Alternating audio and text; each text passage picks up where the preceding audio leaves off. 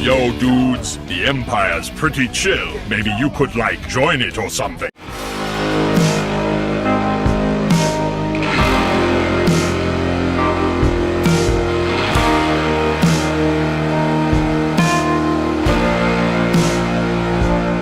Hey everyone, Lucamus Prime here. So, it is time for the next episode, a movie that didn't need a sequel. Now, in today's video, I'm going to be covering this time probably a really big example, I can say, of a film that did not need a sequel. And this movie, of course, is none other than one of my favourite movies of 1986 and one of my favourite fantasy action adventure movies. And in my opinion, this movie also worked best as a standalone movie. And this film, to me, is none other than 1986's Highlander.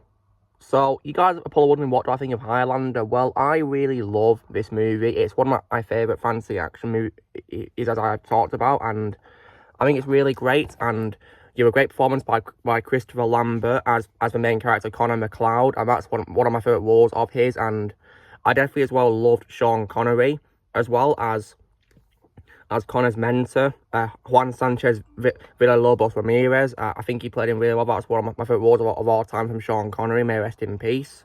And alongside also a great performance as well by the legendary Clancy Brown as the villain called the Kurgan. He was definitely a great villain and one of Clancy Brown's best roles, in my opinion, in live action. He really did a really great job playing the Kurgan. And so yeah, the whole cast of this film was great, just to name a few. And it was definitely a lot of fun to watch as well, with lots of great action scenes as well. It's like a very fun 80s action movie, which is just a lot of fun to watch, really. Really is a lot of fun.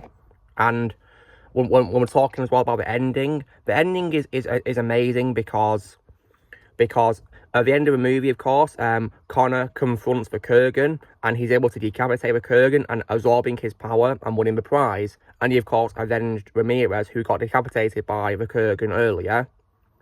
And Connor then returns to Scotland with Brenda. He reveals that he is now a mortal man who can age and have children. He's also now able to read the thoughts and feelings of people all around the world. And he remembers the lessons from Ramirez, and he hopes to encourage cooperation, understanding, and peace among humanity. Just a beautiful ending right there. Perfect way to wrap up the story. And I did not see any signs of sequel baiting or setups whatsoever in this ending. So that, in my opinion, guys, is why Highlander, to me, is a standalone movie. However, unfortunately, this film ended up becoming a franchise. And unfortunately, we got a second installment. And this sequel, guys, released in 1991, the second movie, is one of the absolute worst movies I've ever seen in my life. And that movie, guys, of course, is none other than 1991's Highlander 2, The Quickening. Oh, man. This is one of the most atrocious sequels I have ever watched in my life of watching movies, right?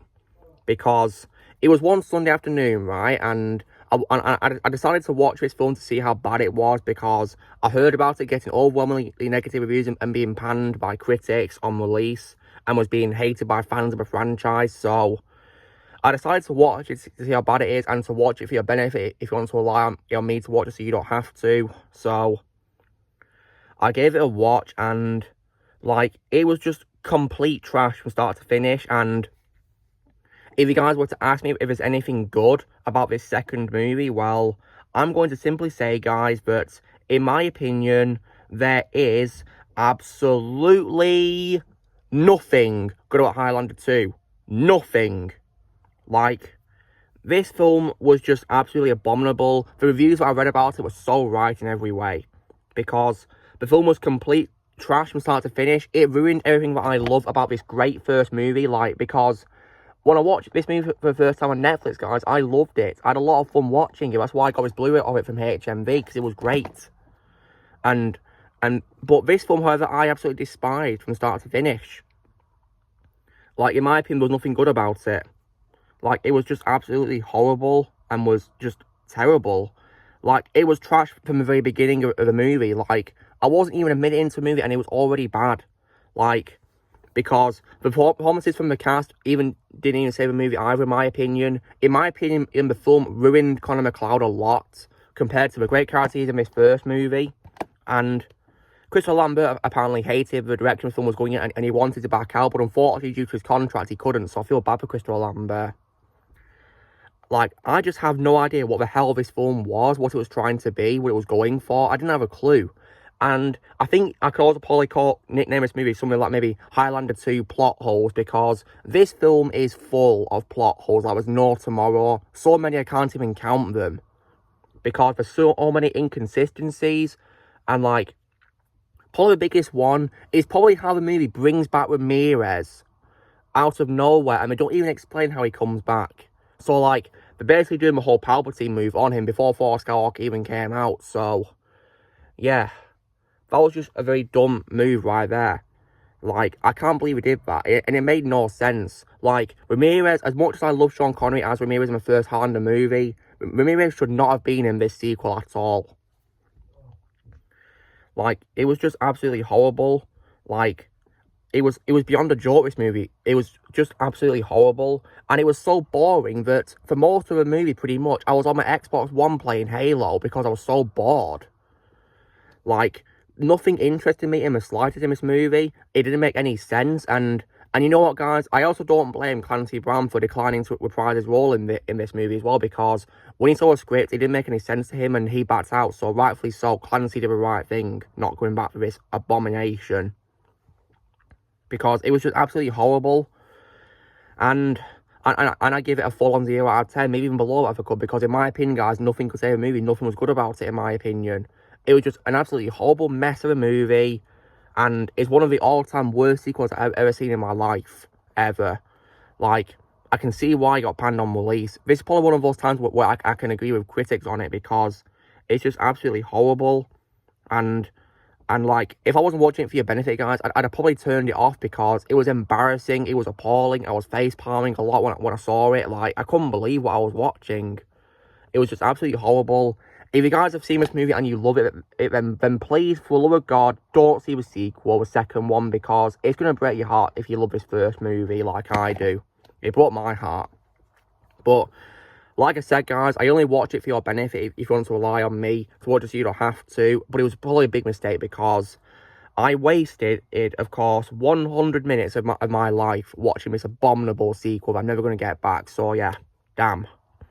However, despite this film getting panned, we did, however, get another sequel, which of course was Highlander 3, The Sorcerer.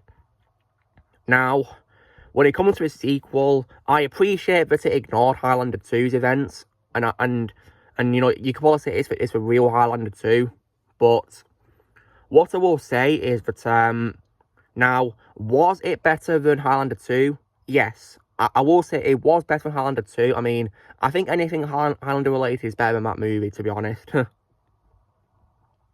So, basically, you know, it was slightly better. I mean, Connor McLeod was thankfully a bit better than he was in the second movie, in my opinion. But, to be honest, though, I found the movie to be quite mediocre, and it had some weird moments as well. Oh, and I thought that the villain was also bland, in my opinion, but nowhere near as bad as the abominable villains in the second movie, though. But still, the villain in this one wasn't as good. In my opinion, no villain in the franchise can top the Kurgan for me.